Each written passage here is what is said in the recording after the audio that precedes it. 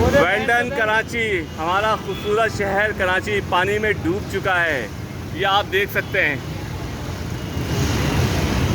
पिछली बारिशों में एक साहब आए थे इस्लामाबाद से, जो हेलीकॉप्टर में दौरा किया था और उसके बाद बोला था कि कराची जो है बदल जाएगा। तो वाकई में आज कराची जो है बदल चुका है। ये देखें आप, पहले 1 फीट पानी होता था, अब जो है 4-4 फीट पानी है।